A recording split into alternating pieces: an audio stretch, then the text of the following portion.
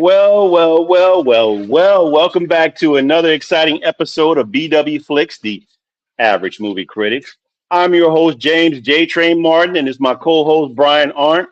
And we are on episode 23. Man, I can't believe we even gotten that far, dude. How you doing today, man? I'm doing great. I am doing awesome. Excellent. Look, so episode 23, we this is our 22 and 23. It's a near and dear to me because we're doing one of my favorite series. I mean, this what quadruple? I mean, not quintuple. It's four means quadruple, right? It's four. Yes. So four movie uh, series. Lethal Weapons. We did one and two last week, which I really and thoroughly enjoyed. And we will be talking about Lethal Weapon 3 and Lethal Weapon 4 today. Um, Look, for all you those that you are watching who are new to the show, you can always watch us on YouTube, on the Mac McGrath Sports Network or Podcast Network, and you can watch us live on Facebook. Again, BW Flix, the Average Movie Critics, and again, James Martin, James J. Train Martin, and Brian B.A. Arndt. Okay, let's get to it. Let's start with Lethal Weapon 3. Usually, Brian gives us the superlatives and tell us about the movie. Go ahead and do that, my brother. All right. So Lethal Weapon 3 came out in 1992. It was directed by Richard Donner. But basically, I'm going to be repeating a lot of this stuff because everything is just about the same in all the Lethal Weapon movies. Screenplay was Jeffrey Baum and Robert Mark Heyman. Of course, starring Mel Gibson as Martin Riggs, Danny Glover as Roger Murtaugh, Joe Pesci as Leo Getz, because if you want, Leo Getz. Renee Russo is the newcomer in this movie as Lorna Cole. She plays a what do you call it? It's internal investigation officer in this. Stuart Wilson is the bad guy. He's Jack Travis. Of course, you got Steve Kahan as your lovable Captain Ed Murphy. Of course, you got Tracy Wolf as Murtaugh's daughter, Rianne, and Darlene Love as his wife, Trish. So all that's the same, just about. You have cinematography by Jan D. Bunt. Music by Michael Kamen, Eric Clapton, and David Sanborn. Again, those are the same people that were in the last movie. Production company Silver Pictures. Distributed by Warner Brothers. This came out May 15th, 1992. 118 minutes long. Budget was $35 million. Box office was $321.7 million. So it did pretty good. Booyah! This They made a killing. This franchise made a killing, yeah. And this particular movie, yeah. Go ahead. You good? I was just gonna say this movie made a lot of money. I think this is the one that made the most money. But yeah, you good? Go ahead. Okay, so a couple of superlatives of this movie. There's the demolition scene. If you watch the movie, if you didn't, we're gonna share it to you anyway because that's what we do. Murtaugh and Riggs try to unfuse a bomb in a building. Doesn't work out to their advantage, so the building blows up. Of course, they're okay because they run, and the cat's fine too. But the building blows up. The building was the old city hall building in Orlando, and the one that was new was behind that one. When they blew that up, they turned, and the movie paid $500,000 for the demolition. But when they blew that building up, it turned into a plaza. So anything that you see there now today at the city county or the city hall, everything was from that movie. You see that plaza there? That's a result of the movie. Also, a hockey game in L.A. That was between the L.A. Kings and the Toronto Maple Leafs in the Great Western Forum. There were several scenes shot there, and it was fine until goaltender Kelly Hurdy decided, you know, I don't like all these additional lights. Yeah, cut this stuff out. So they did that, and then the scenes where they came on the ice, if you don't pay attention, the players on there are wearing kind of what do you say, replica jerseys, but they're not that replica. You know what I'm saying? They're not the official licensed jerseys, so they're kind of off.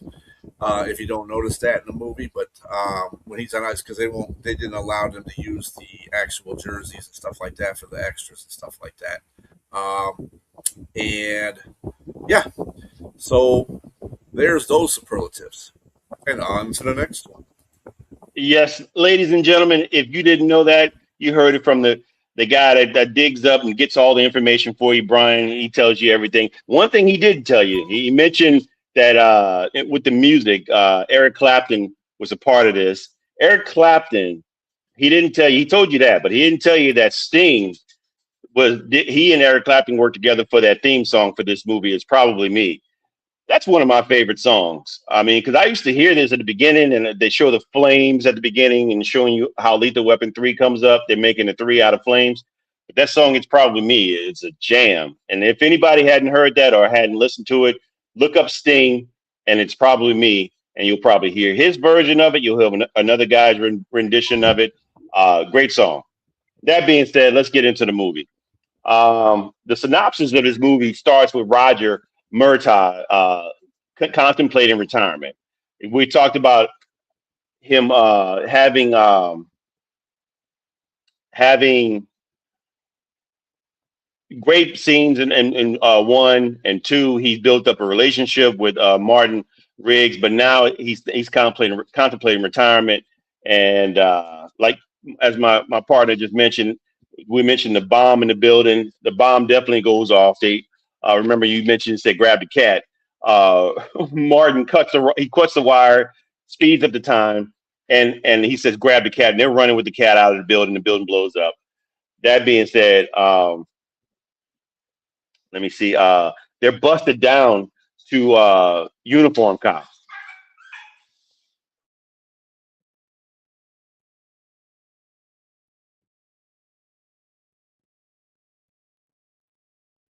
Sorry about that. My little dog's not having any fun right now.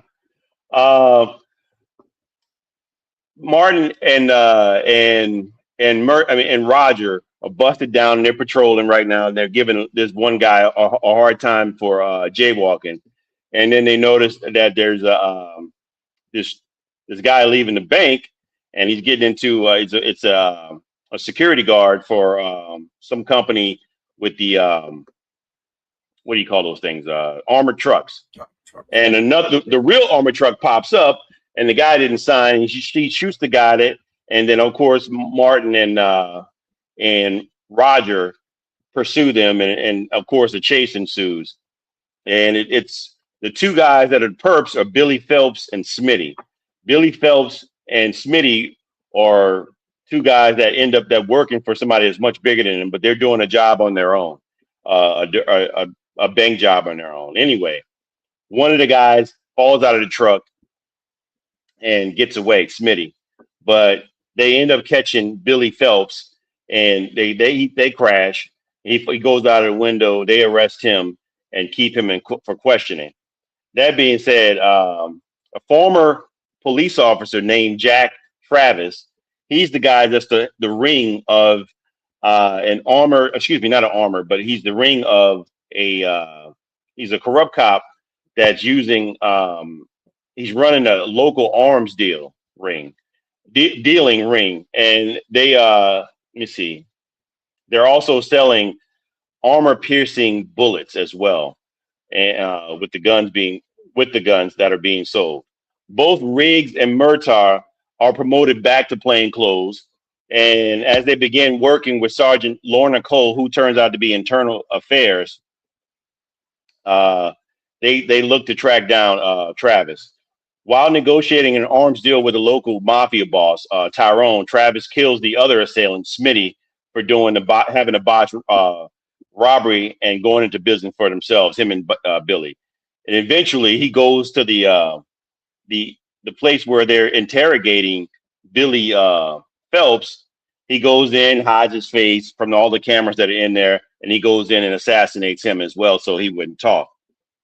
Unbeknownst to him, Internal Affairs has cameras within every station within the police department in the interrogation room. And so, let me see. While trying to track down Jack Travis, Riggs and Murtaugh get a tip from Leo Getz. Leo Getz is previously aforementioned. He started in Lethal Weapon 2. He's helping them out. He's the real estate agent also for Roger Murtaugh, trying to sell his home, and he does a terrible job at it by telling all of the different things that happen, like gunshots, toilet blowing up out of the bathroom, everything that happened, running the people off.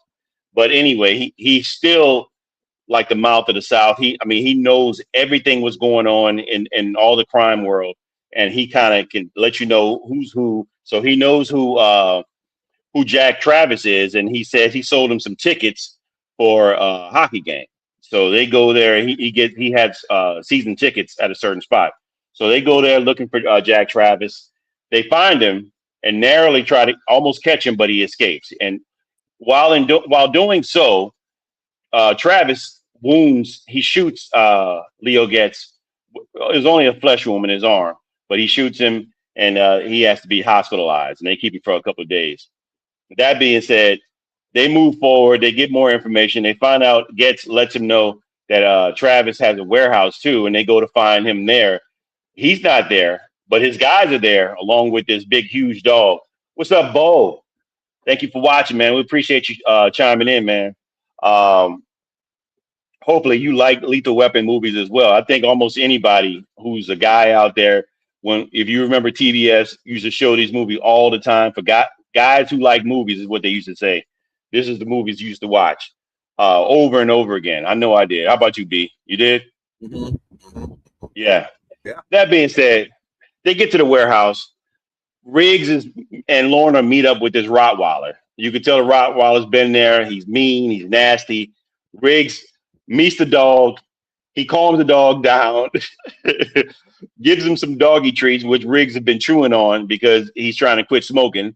He gives him doggy treats, lays there, and then all of a sudden they go and see the guys and get into a fight and beat these guys down, both Lorna and Riggs, and escape narrowly with their lives because they're getting fired upon. But they do steal back some of the weapons and take off with the dog.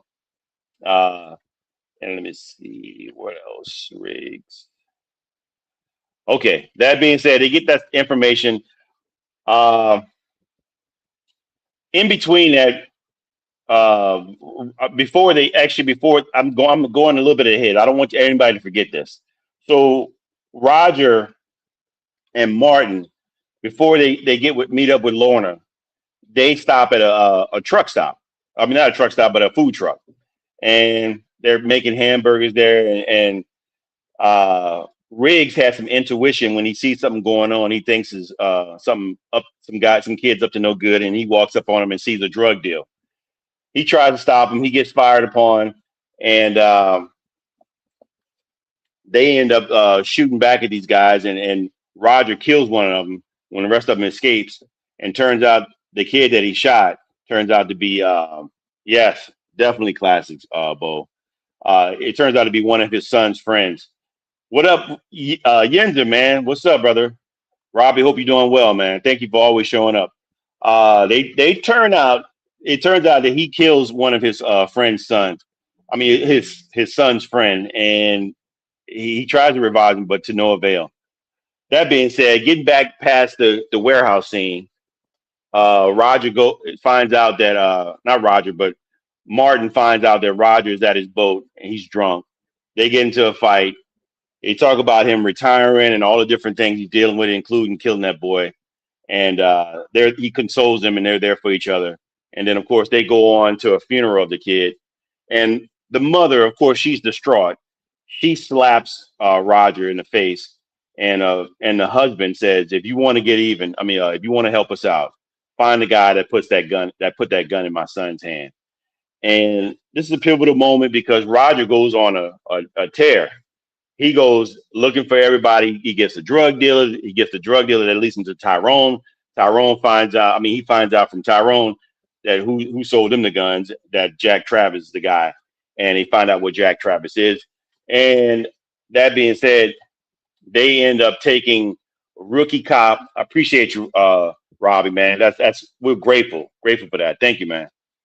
They end up getting Lorna, Roger, and Martin plus a rookie cop end up going looking for them, and they go to the second place where they have guns at, and they get fired upon. They get into a gunfight, and one of the guns that the bullets that they have in the guns are armor piercing. So Jack Travis shoots that kid sitting behind one of those metal barrels, and he kills him. And of course, Riggs goes after him, and they escape. He gets on a police bike, chases them, and almost kills himself. And he narrowly saves his life falling off of one of those overpasses that's under construction. He falls through wood and everything else and hurts his arm, because we all know, anybody that knows this movie, he has a trick shoulder. It dislocates, and he can put it back in place. Of course, he does that. He gets upset, and they find out from Leo that Jack Travis has a setup. His company is working on this housing development. So they go there. They take a truck, light it up, and lights the whole housing development. That's number woodwork, and it goes in flames. They get into a fight. They take out most of the guys there. Lorna gets shot by Jack Travis near death. She has on two cop killer bullets. That's exactly right. And the funny thing, when they show the bullets, they have these red tips that are like pointed like a triangle, which is weird. I mean, I thought that was weird back then too, but because I'd never heard of anything like this. But again, it's a movie. Yeah, the bullets that pierce the metal go right. But it turns out she wore two bulletproof vests, so that's what saved her life. And what killed Jack Travis is him trying to kill Riggs with one of the bulldozers that he couldn't. He was trying to shoot through, but Roger gave him one of those guns that had the armor piercing bullets, and he ended up shooting him through there. That being said, Roger decides not to retire at his retirement party with his family, and the movie ends, and it kind of sets the tone for them being partners again, and him staying on the force. So, as with any movie that we always have a brief video that Brian's he's gonna give us. And what did he say? What was that? Pretty much FMJ rounds, yeah. Yep. Right, exactly. Full Metal Jacket rounds, yeah. Yes, exactly. So that being said, Brian, go ahead and let us know what video you're going to show us, a clip you're going to show us. All right. An additional character to this movie was RENEE Russo. And she eventually plays Mel Gibson's love interest in here. And it's a rough start in the movie. She's internal affairs. So, of course, internal affairs always gets frowned upon in the first place by police officers. So it didn't get off to a rocky start between her and Martin Riggs.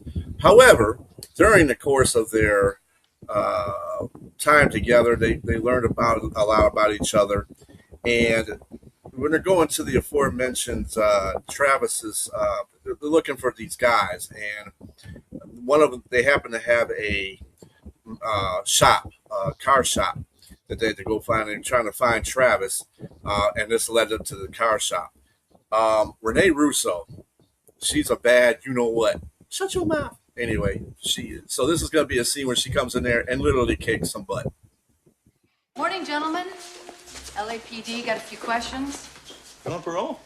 I got a job, fuck all. Yeah, who asked you? Any of you know Mr. Travis? You got a warrant. No, I don't have a warrant, but I can get one. Well, it's who you do.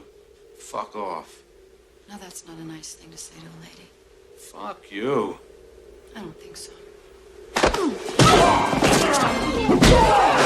Back's been kicked.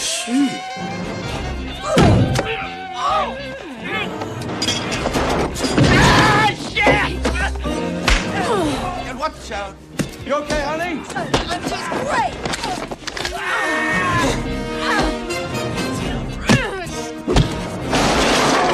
Honey? How are you doing? Oh, this guy's on parole. And this guy's an Hey, Riggs is fiber, man. Yeah, I know. Double front kick. Look at that.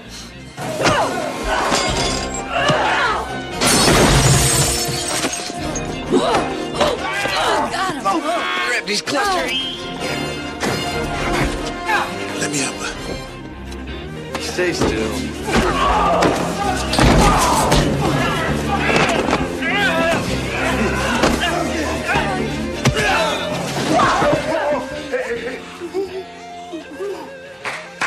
My girl. Oh, you missed the part about the PMS. Yeah. Had a cutoff limit, so. He's like, I know. He said, I've been married 24 years. Oh, he grabbed the cluster. That's hilarious. Mel Gibson talking about grabbing the cluster. Look, this is a great movie. I always get anxious at that part where oh yes, exactly. Yeah, because he's face down, and I'm a little claustrophobic. I don't like being under anything, and then and anything that's out of my control bothers me. And so that it was totally out of the guy's control. Smitty, when he was being buried under the concrete, there's nothing he can do. Everybody's holding him down, and he's just being buried alive. That's terrible. That's a terrible way to go. That being said, we always have the same questions. How was the directing? Number one, how was directing? How was the acting? How was the cinematography? And how was the editing? Directing, of course, the same guy we mentioned is Richard Donner. He did a stand-up job the first two movies, and I thought he did a great job with this one as well. Wasn't hard to do. You got the same cast of characters, same chemistry with the same guys. I mean, Roger and Danny Glover and Mel Gibson play a great buddy cop duo. I think they feed off each other. You can see in the movie right here when they're standing there, like in that last scene, you see they're standing there watching Renee Russo take all these guys on. Which, whether you believe that or not, fine. I mean, it's a movie. But that being said, a great scene. I like the direction of how things were being done. I mean, meaning how they led from scene to scene. You see how they interact with the families, how they interact with the cop scenes, with the fight scenes, with the villains coming in and out here and there. It wasn't bad at all. I thought 3 was a great movie. The editing, pretty good. I think everything of all the movies, we look at 1, to me, probably being the best. 2 was just as good as 1. It was a great sequel. 3, it made the most money. Like you said, it made the most money. I think the anticipation of this movie coming out, it was very good. It was still very good. I think the addition of Renee Russo, her acting was very good. Her skills, comedic timing as well. Because of course, this is a serious movie, but it also had comedy element to it as well. So I thought it was a good chemistry with her and Mel Gibson as well, especially being a love interest too. Because like you said, they had a rocky start, and eventually you could see the transition between the two. There was a lot of chemistry there. The villain, I thought the guy that played Jack Travis was okay. I don't think they utilized him as much as you'd like to see, as the way they showed the previous Arjun and General McAllister. And coming soon after we finish talking about this movie, Was Sing's Ku, the Asian triad leader. But yeah, still ultimately a really good movie. I thought the acting was well. I thought the directing was good. Cinematography was pretty good. I like the scene, particularly when they show not Roger, but Martin Riggs going through the houses with the trucks and everything, lighting everything on fire. The chase scenes, the armored cars and the cop, the bike and everything. I thought those were really good scenes. So all in all, I thought everything in that regard was very good. I wouldn't say great, but I thought it was very good. What you say, my man? Yeah, I think it leveled up from the previous two movies, although I think the criminal element was kind of weak in this one.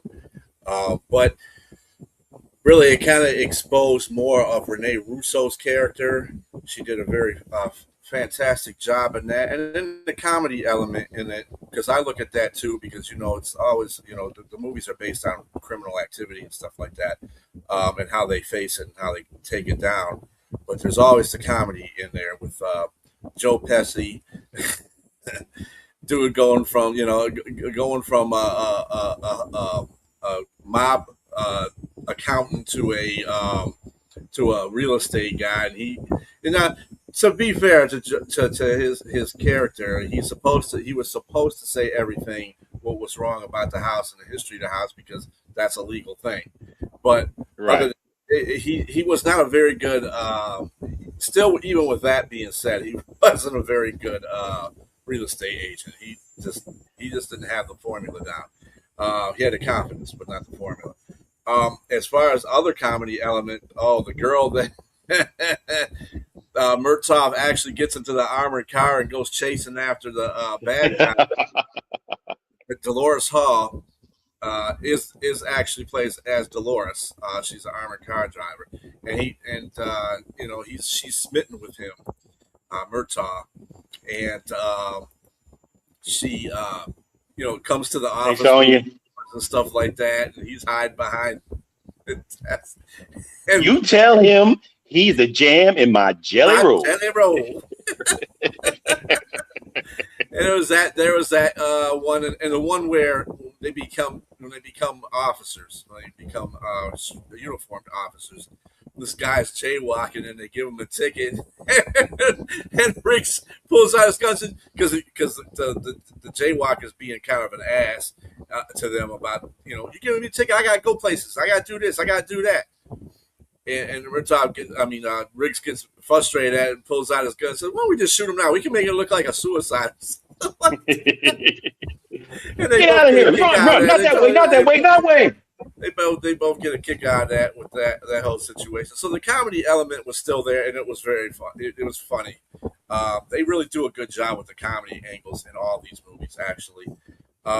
Even partaking with the criminal element, because that, just like you saw with Rene Russo, even though it showed her to be a tough chick, it was also kind of funny because old guy told her to F off, and he just was like, "Well, that's not a way to speak to a lady." So that kind of stuff. Oh, that's my girlfriend. Oh, then the last part, unfortunately, folks, I have to edit certain things out. But that one was, she said, I have PMS as a mug, because Cramps, yeah. I'm married for a long time. That's what Murtaugh said. So yeah, the comedy in it was really good. So like I said, everything was the same. Like this criminal element was just kind of weak in this one.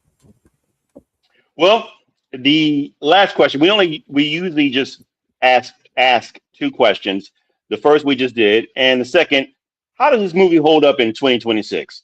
And so for me, I think we talked about the first two movies and how great they were. This movie, I think, regardless of the amount of money that they made and the hype that they brought behind it, like you said, it levels off. It levels off. It doesn't like supersede the first two movies, but it definitely holds your attention. I think there's a lot of great parts to the movie, like you mentioned as well. We both mentioned that the criminal element definitely was kind of weak in this particular movie. So you miss out a little bit on that part. But overall, I think the movie is very good. I still think if I purchased all four movies, I would still watch this movie and still, once I watch them in order, watch first, second, I'm going to watch the third, and we'll get to the fourth in a little bit. But I definitely, let's just say if there was only three movies, I would still watch the third movie following the first two movies. And so my rating for this movie, I'm going to give it a 3 buckets of popcorn. My first two, I gave 5 for the first and 4 for the second. or maybe if I'm not recalling, maybe I get 2 5s. I mean, if I don't remember, I'm not sure, but Yeah, I know I they were think you did that 5 and 4 for the second. And this is the 3. 5 and 4. Yeah. So I went down one notch for this one at 3. I think 3 is good for it. I mean, it's a movie that I'll watch again, but it's not something that's going to be in the back of my mind. If the first two didn't come about, I would just watch this here and there every now and then. It's not something I'd watch every day like the first two movies. But that being said, I like it still. Yeah, I'm going with you on that one, partner. Three buckets of popcorn for Lethal Weapon 3. There you go. Yeah, I just didn't like the criminal element in it. It was not that I didn't like it. It was just weak. Yeah. And we're going to get to that a little bit later about the criminal elements in all these movies. But yeah, he was that Travis was kind of weak. Yeah. And then you were a cop on top of it. You know, it's like and I think that part of the storyline is something that's been copied and copied and copied many times. Where even TV shows where you got a guy that was an ex-cop, but he still has credentials and he can get to the police station and do all kinds of havoc. So right. Yeah. So well, now mouthful of bucket myself. A handful of. Now we move on. Yes, now we move on to Lethal Weapon 4. Here we find our buddy duo, where they're having some not family issues, but some family life changes. When I say that, Riggs, he and Lorna are pregnant.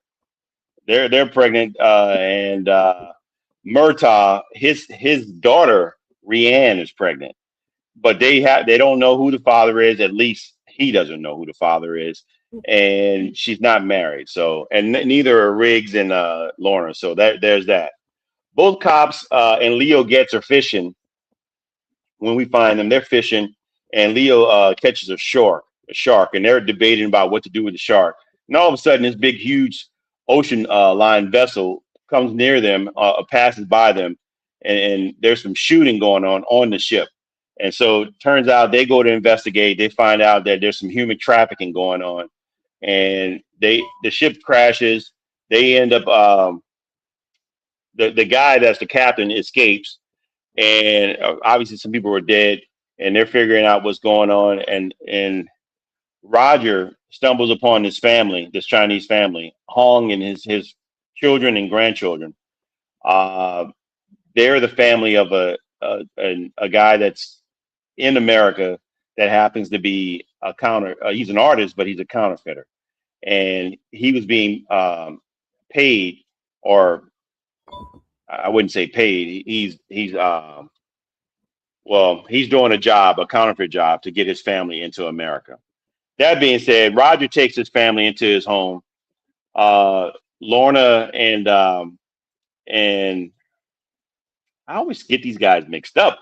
And Lorna, I'm gonna have to say their last name. Lorna and Riggs are head over to Roger's house, and they discover that the family's there. So Roger tells him why he's doing it, and he's talking about his ancestors and everything like that. He wants to help these people out. So Riggs and Lorna help out. They end up bonding with the family as well. That being said, let me see. Sorry about this, ladies and gentlemen. Like I said, Hong is there in America looking for his uncle. That's an artist from China. He paid for Hong and his family's passage to America. Then there's a cop, Chris Rock. Chris Rock plays the cop Lee Butters, and he happens to butter up to Murtaugh, and Murtaugh doesn't like it. He doesn't like him. He thinks he's like either he's gay or and no offense to anybody out there, but this is a part of the movie. He thinks he's either gay or he's just kissing up. We don't know why he's kissing up to him.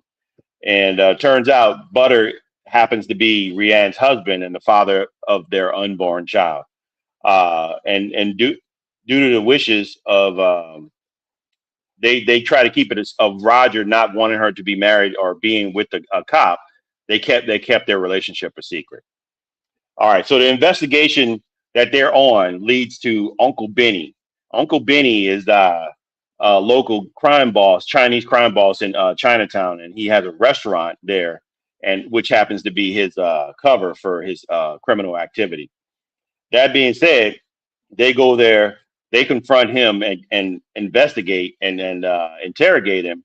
But they also see this shadowy character in the background who happens to be the who happens to be Wah Sing Ku, the character portrayed by the famous Jet Li. And he doesn't say anything, he doesn't say nothing, and he's being antagonized by Riggs, but he doesn't do anything. So they get forced out of there.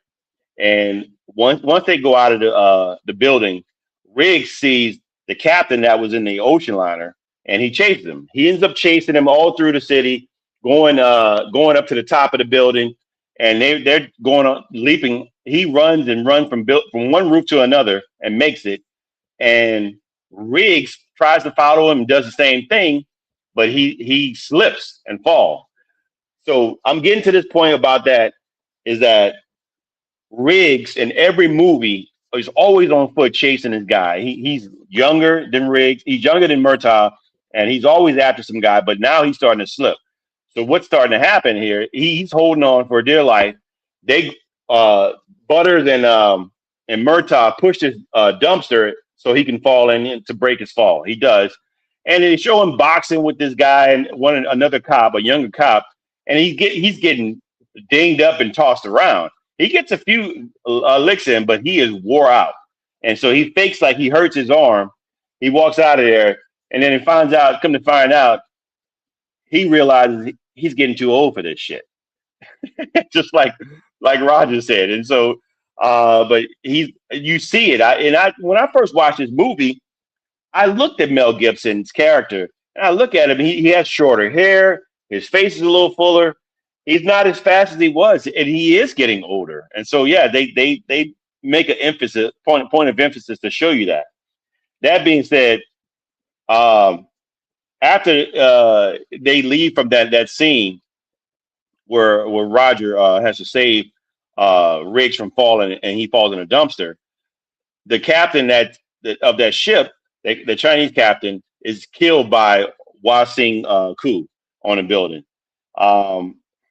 Let me see. So, and Hong, the guy that's at the house, he gets in contact with his uncle, and so they come. The Wasu King and his gangsters, they come to that house, and Roger and Martin pull up. They see different cars there, so they know something's weird going on. They come in, they get into a fight, and they're fighting these guys. And all of a sudden, this is where we see the shadowy character again, Jet Li, Wah Sing Ku, shows who he is, and man, boy, he takes everybody out. And that scene where he grabs the gun of Rod, he drops his gun, and they got two guns pointed at him, and he takes the gun apart and beats the crap out of them, and they tie them up. They tie the whole family up and start burning Roger's house. Poor Roger. His house we're in movie 4 now. That house done took a beating. It had termites. Yeah. It had termites. And he said, what's his name? Getz. He said, your house is just paint. Only thing holding his house up is your paint. And so, let me see. It's fried. It's fried rice, you blink. Exactly, Yenzer. And so they tied him up. The only person that's able to save him is the little grandson, Ping. He cuts him up. He cuts the rope and everything that they're tied up with, and gets him out of the house. But the family that they took Hung and the rest of his family to go and meet the uncle. Ku brings Hung to see his uncle as he's making counterfeit money, and so they embrace. And he said, "Where's the rest of my family?" He said, "You'll see them once. Just continue working." He said, "I'm not going." So the uncle tries to get brazen with the triad leader and tell him he's not going to do anything more until he sees his family. So right there, Ku kills his nephew and tells him it'll be the rest of your family if you don't get back to work. And he just so coldly and callously turns him around, sits him down, get back to work, and pats him on the back. And smiles at him. Yes. And I have to kind of disagree with that, but I'll get into that later with Chris Rock. I thought it was a little bit overboard with both of them and with all the stuff that they had in there. But they were fun. They had moments, but it was a little bit overboard to me. But that being said, he smiles at him after he sets him down and walks off. Riggs, Murtaugh, and Butter visit Benny Chin at the dentist, and they use Leo Getz as a distraction to with a phony. He has a phony pain in his mouth, so the dentist goes and takes care of him, and they go and meet Benny Chan, and gives him a whole bunch of laughing gas or nitrous, and so he begins to tell the truth about freeing the forefathers, and the gas starts to get to everybody, and they're all laughing, and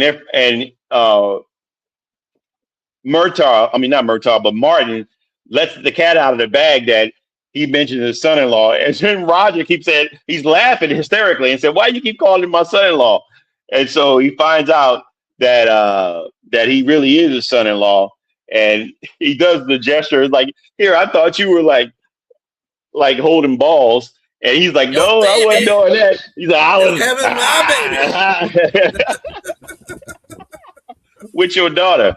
And so they end up leaving out of the dentist's office. And of course, you see Riggs hit the ground after he gets punched by Murtaugh for not telling him the truth. And so they get past that. And let's see.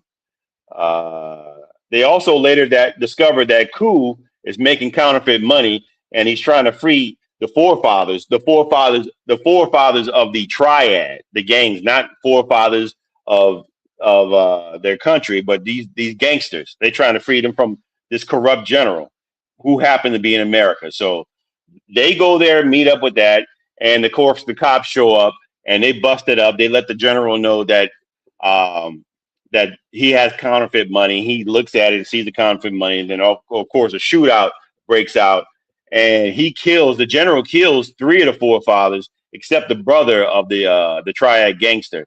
They try to escape. Murtaugh kills or shoots the brother, which he eventually dies.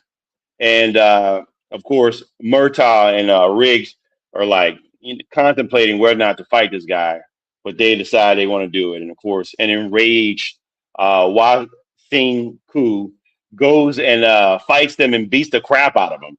Although they do get some licks in, but he's tearing them up. And of course, you see it at the end when they're on crutches and taped on noses and ears all bloodied and everything else. But that being said, Roger stabs him with a metal rod, and he does that. But of course, he knocks Roger out, and they both Riggs and Ku fall in the water, and Riggs finds a rifle, assault rifle in the water. Just happened to be in the water, and he shoots him and kills him.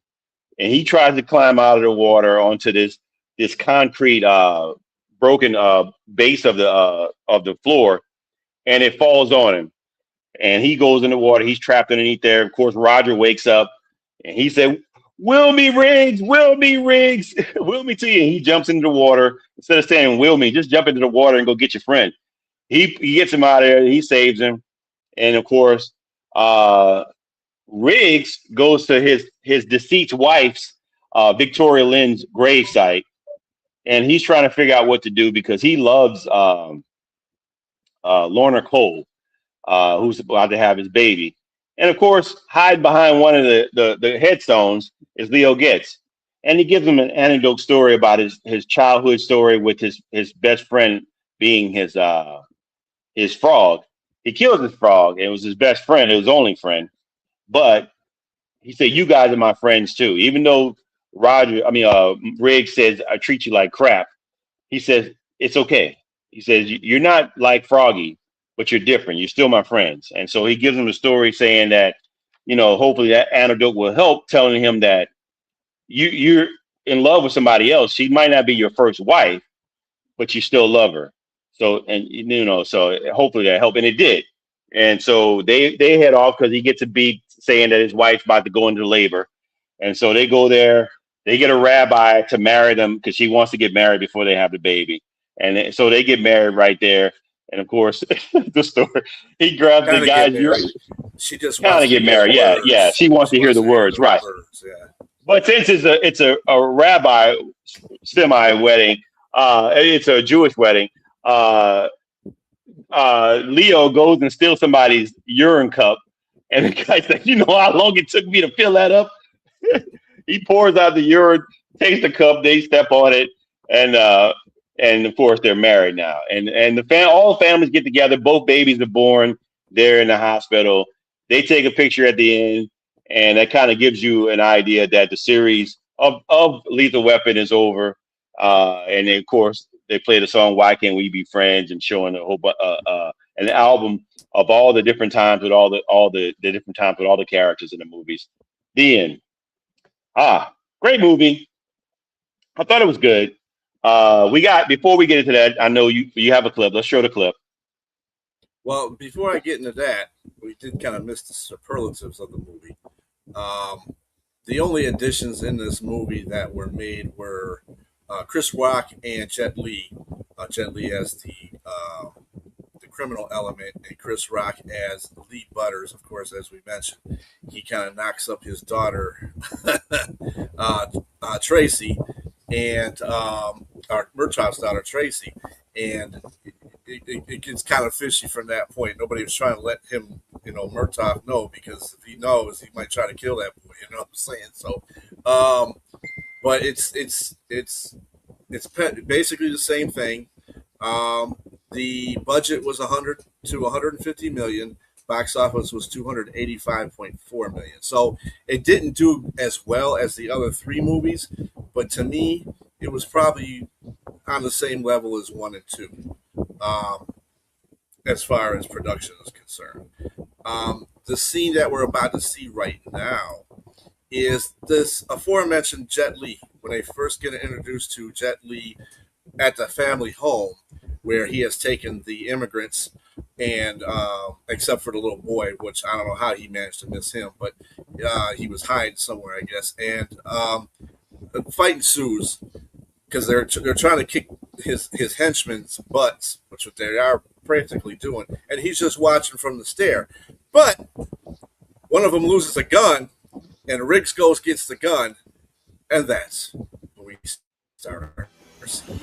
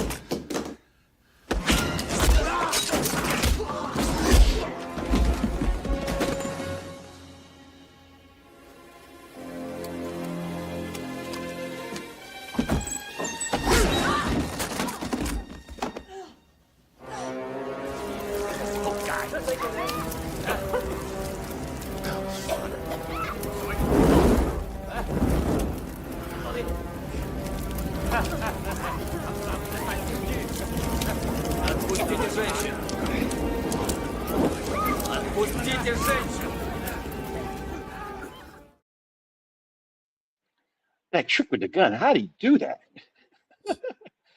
Yeah. Man, Jet look, Li was this is my badass in this movie. that is all together. This was my first introduction to Jet Li. I was not one of those people that watch a lot of the kung fu movies that was that came out before this movie, and so but I ended up watching them. I ended up watching Shaolin Temple when he was young. I watched a lot of those movies, Meltdown and some other things that he did. I can't think of the names of them real quick, but I watched a lot of his movies. Jet Li was awesome, man, in this movie. And I thought this movie was good. Again, the same question. Wow. Yeah. Yeah, I don't know if I can do that. I'll be That was crapping like corn. Yeah. Yeah, Romeo Must Die was awesome. Yes, exactly. Great movie. And that came out after this. This is where people start recognizing, because he was introduced to America through Lethal Weapon 4. And a lot of people really didn't know who he was, unless you were just one of those diehard kung fu movie people, in which I knew a couple of guys. And one of the guys, like I said, introduced me to like Five Deadly Venoms and and different things like that. That being said, again, the question about the direction, no, he wasn't in Rush Hour. It was some guy looked like him, but yeah, he wasn't in Rush Hour. Yeah, Yeah, but for he real. is that dude. Yes, he is that dude. He is Yeah. that ninja for real. Yep, right. Him and Jackie Chan for sure. Mhm. But direction, I thought direction was decent. It wasn't to me. It wasn't as good as the first three movies. I thought the acting was good. The comic relief, as Yenzer mentioned, I thought was good, but I thought it was a bit overbearing. I thought that the banter between Chris Rock and Joe Pesci became a little bit too much because you were showcasing who they were as actors and comedians. I thought so. I think that took a little bit away from it for me, but the uh, the villain aspect of it, the introduction to Jet Li, just made up for most of that. I'll be honest with you. Just like that scene you just showed, I had never seen anything like that before, like except with Bruce Lee. Yeah, I just that to be that fast like that, to move that fast, literally, and him and Jackie Chan, they were on par, like similar. And editing, editing was decent. Cinematography was good. I thought like the fight scene in that house when it's burning up and everything like that. Uh, it was it was good. I thought it was good. What do you think, man? Yeah, I think all the fight scenes are really good. I think the cinematography was really good in all the fight scenes. Um, Again, what makes Martin Riggs believable as a character is the fact that he gets his behind beat a lot in these movies. He prevails, ends up, killing the criminal in the end, but at the same time, he gets his butt whooped for that moment. And as far as the comedy relief is concerned, it was not as funny as the other three. The other three had some comedy roles in there. I think what they were trying to do, I think what they tried too hard in doing is trying to make Joe Pesci and Chris Rock on the same page as far as the comedy was concerned, and that that's not Joe Pesci's. He has some good comedy roles, but at the same time, he's not a comedian, and so he doesn't know Right. all the punch lines like Chris Rock does. So it's like they were trying to make them friends all through the movie, get to be friends all through the movie, and it wasn't really too much of it really wasn't too much of a success in that whole situation. Um, Again, though, I think the guy that brings it. The guy that brings it is Jet Li. He was he's to me was one of the best criminals in these four. He was calculated. He was cold. He smiled just like every time he was kicking somebody's butt. He smiled. Like the dude that he got rid of on the roof, the captain. He killed him. But by the way, those rosary beads is actually a strangle rope. So Yeah, while you're playing with them, exactly. thinking, yeah, I'm gonna choke the hell out of somebody with these boys. But anyway, yeah. So he's very cold, calculating, and he smiles after every time he does something nuts. So it's kind of makes him look portrayed as a character that he don't give a about anything. Yes. He's a prototypical guy that should be the leader of the Triads because of that whole situation, and the whole thing where I think the best scene to me though is when they found out, they made the general find out about the counterfeit money. It's like, oh, you're in trouble now. They were going off on him. He said, And they were both pissed. You can see they were both pissed. yeah, you're fucked. He said, I'm sorry for that, but you're fucked. And you could see that Jet Li was like, he still really didn't have a. You could see his face just go stern, and he was like, oh man. But when they shot his brother and killed him, that's when he went nuts. And I think Yes. that's a part that made him vulnerable to the situation because he was fighting with emotion. And now martial arts is usually stuff that you do without emotion. And I Right. think the emotion got better of him, and that's the reason why he eventually got killed because he let his emotions through his fighting. And I think Riggs understood that whole situation, and that's why he got the better of him at the end. Well, with the help of Danny Glover or with the help of Murtaugh. So I mean, Okay. it was a good movie, but Yeah. It wasn't on a level of the first three. The comedy wasn't on a level of the first three, and that's something I look Right. at too. So. Right. Well, I know we have time here, but I'm not gonna go through the.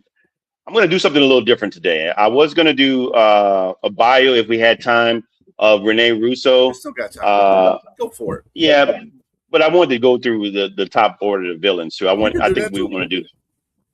Well, well, let's do the villains first before we do. Okay. Well, let's do our. We got to do our rating too. Yeah. For this movie, for me, I thought this movie it does hold up, and like the third movie, there's some things that miss that aren't on par with the first two movies, but it's still a very good movie. I thought it was. I like what you mentioned. Just to piggyback off what you said in regards to Martin Riggs, how you see the evolution of him, and you also see how he slows down. You see that like it's not making it unbelievable to where it's a situation where even as he ages, he's still beating the crap out of everybody, like Denzel Washington in Equalizer. You know, he doesn't get hurt at all. But Riggs, you see, he's getting old, and so you can see the relationship between him and Roger. He begins to understand Roger in regards to how he feels about. In regards to his aging and everything like that, because he's starting to age now. So yeah, I thought the movie was good, but I'm going to give it a three buckets of popcorn, just like I did the previous one. It holds up. It's good. The movie holds up, but it's not quite on par with the other two movies. So You know what I thought was interesting about this movie compared to the Lethal Weapons 3 is where Lethal Weapon 3 had a weak criminal base. This one had a strong criminal base, but the comedy was short. So it kind of like switched over on both sides. The criminal element was a lot better and a lot more yes, excitable to watch, whereas the comedy level wasn't quite there. I mean, you had your moments like the laughing gas. That was kind of funny. The whole fact that they were trying to keep the whole situation away from Murtaugh was kind of funny too. But I mean, and then Leo being a detective, a private detective, that he's always got to do a job in every one of these movies now. Okay. Gumshoe. Okay. But other than that, yeah, I'd have to give it the same amount that I gave Lethal Weapon 3 because, like I said, it was just the opposite of Lethal Weapon 3. There's a criminal element was there, but the comedy wasn't quite there. Again, everything worked. One thing I did like, the funny part is that when he had to ask him about the money when they were shooting, ask him about how he's paying for his suits and everything, and he told him that he said my wife is he said he talked about he mentioned what is that he writing what was her name, Lady Ebony or something, what was her name, Lady Ebony or something like that. Yeah, are you boinking her? He said no, I'm not boinking her. He said but she's the one, right? They're the same person. You are boinking her. He's like I am boinking her. Yes, she said four. Yes, you said you saw 4, but we and you can have 4, so yeah, you can be your own critic, girl. That's all you gotta do. And it's welcome. Now we're gonna do a little different thing here. We know because we talked about 4 movies in one series here. We want to rank the villains of this series. So the first movie, the villains was Mr. Joshua and McAllister. She's funny. And the second movie was Arjun Rudd, Diplomatic Immunity, if you don't remember that. Of course, Jack Travis, the corrupt cop in part 3, and Wah Sing Koo in part 4. We're gonna rank them. I'm gonna rank my 4 in order of the best to the worst villain. My number 1, I got to go with the first movie. General McAllister and Mr. Joshua combined to me because they're both kind of hand in hand. Mr. Joshua was cold-blooded too. He was the guy. They're lighting a match on his. He's taking an order to allow a flame light his arm. Diplomatic immunity. Yes, and writing a great segue into my second. I got the second movie, Arjun Rudd. He's my second villain. I thought he was cold and calculated. He and again, it's a bit of a team here. I forgot the guy's name, but his second in command was pretty scary too. And they killed cops in that movie, so that made to me that the fact that that element came where they weren't afraid to kill cops and their families. That especially they killed his wife, they killed Riggs' wife. So that made them number two to me. Number three is Wasing Ku, Jet Li. He was pretty cold, as we saw in the video. He didn't say much, and part of the reason why he didn't say much is Jet Li had a terrible accent, and so his actions and his demeanor made him cold as well and pretty scary, and of course his lethal martial arts made him cold blooded. So yes, so I had him as three, and of course like Jack Travis from part three is my four. There you have it for my four top villains in the order. I thought it almost went with the same order of the movies, except I flipped the last two. Yeah, I'm not going with that same order. As my number one, I got Wasing Ku, because you got to look at it like this. This dude, unlike the other two villains, that except for Travis, he's my last one too. So he's number four. So you already got that. But both Jenna McClester and Aaron Rudd had their dual person, their guy that was with them, Joshua, and whoever the other guy's name was that was with Aaron Rudd. So it was like a double team type of thing. Remember, Aaron Rudd, they almost killed Riggs. They almost killed Riggs, but he survived that. So that's why they're going to be number two. But Wasing Ku did all this stuff on his own. He basically beat everybody's behind on his own, did his own killing, because that's what triads do. And he was very good for that. As far as the second, like I said, it would have been Aaron Rudd and his henchmen, because they almost killed that dude. They almost killed, Riggs.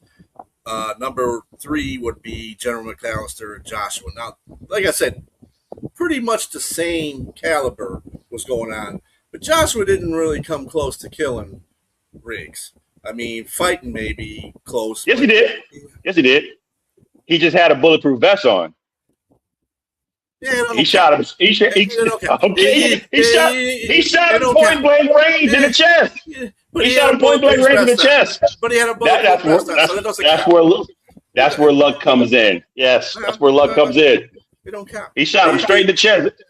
He got shot 4 times by diplomatic immunity, and he got those who took him out. But that was he snuck. He shot him in the back. But I will give him that the fact, he shot him in the back. But again, I'm not knocking your order. I mean, we got our orders in the way we want. But I'm not going to say Joshua didn't. I'm not going to discount him either. Joshua, I mean, he did some cold-blooded stuff. Yeah. Second and third, like I said, they could basically be 1A, 1A and 1B, basically 2A and 2B, basically, because they're both the same setup. And what about the fight scene with Joshua and Riggs at the end? Yeah, that wasn't a cold-blooded fight. That was a cold-blooded fight, but it didn't have any of the relativity that Wasing Ku is an overall body of work. No, I'm not saying take him out of 1. I'm just saying, but you got him as 3. Well, 2A, 2B, whatever. Same. But anyway. Turn my back upside down. Yeah, all right, but that being said, go ahead. You got it. Yeah, go. And Travis is 4. So, yeah. We can agree upon Travis being 4 because he was just weak. A weak character. And I think that's probably why they came with Jet Li for part 4, because I think they realized that 3, they didn't bring it at all with the villain. So we can agree upon that. That being said, let's get to Renee Russo's bio. We're going to do a bio on Renee Russo. We're not going to keep you guys too much longer here because we are a little bit over time here. But Renee Russo, born February 17, 1954 in Burbank, California. She's also married to Dan Gilroy since 1992, and they have 1 child. She dropped out of high school, and I guess they mentioned it was mostly due to bullying. She was bullied in high school in the 10th grade, and also she had to help her mom out. Their dad left the family when she was young, and she had to help the family out. And she also had scoliosis as well, and so she was teased as a kid. She had multiple jobs, including working at an eyeglass center and also working at a movie theater as a cashier. Let me see. B doesn't count. Yes, she sure is. She at some point was pointed out she got scouted for modeling, and she ended up moving to New York City and began modeling, working for the Ford agency. Uh, she was on the cover in the 70s and the 80s of Cosmopolitan and Vogue magazine. And eventually she got tired of this in her 30s and she tried to dabble in acting. So she studied theater and acting, and she got into this movie series, the short-lived movie series called Sable. It was Marvel. I mean, if you guys remember the character Sable, so she was in that. But then she got her first feature film, which I had no idea she did really good in, was Major League, the baseball movie that came out in 1989 with Tom Berenger, and who played her love interest in the movie. Was a great movie. Ex-wife, wasn't it? No, they didn't get married. They were going to get married, but he cheated on her. Yeah, multiple times. Yeah, but anyway, they ended up getting back together, of course, in the movie at the end. But it was a great Major League for anybody who's a fan out there of baseball movies. That's one of the best movies if you haven't seen it. 1987. Oh, I mentioned that. So she go on 1999, continue her film career. Mr. Destiny with Jim Belushi. She also did One Good Cop with Michael Keaton in 1991. Breakout, and she had, of course, her breakout success. No, she wasn't in that movie. That was Gina Davis. If you're thinking about the tall lady in the movie, that was Gina Davis. Breakout success in Lethal Weapon 3, as we mentioned. She was also in Free Jack. That got mixed reviews in with the critics, but I actually like Free Jack with Mick Jagger and Emilio Estevez. That's an interesting sci-fi movie. If anybody hadn't watched that, check that out. It's on Tubi, actually. Might have to do a review on that one. In the Line of Fire, she was in that with Clint Eastwood in 1993. She was also in 1995. She was a doctor that played an Outbreak with Dustin Hoffman and Cuba Gooding Jr. Another great movie. She had a great lineup. I mean, of great success going so far. In 1995, she was in Get Shorty, great classic movie, comedy movie. She was in Tin Cup in 1996 with Kevin Costner. Yep. She was also in Ransom in 1996. Again, in Lethal Weapon, she continued on with 1994. That was Ransom with Mel Gibson. Yeah. Yep. And then, of course, 1999 with Pierce Brosnan. She was in the Thomas Crown Affair remake. The Adventures of Rocky and Bullwinkle. She, believe it or not, she got nominated for a Saturn Award, but she also got nominated for a Razzie Award for the Worst Actress performance. So go figure. You never know what people like and what they're seeing. Get Shorty, yes. She was also in Showtime with Robert De Niro and Eddie Murphy in 2002. Big Trouble in 2001. Two for the Money in 2005. Yours, Mine, and Ours in 2005. 2011, she was in Thor. 2013, she was in Thor: The Dark World. She was also in Nightcrawler, in a critically acclaimed movie with Jake Gyllenhaal. If anybody hadn't seen that movie, you should check that out too. I believe that's also on Tubi.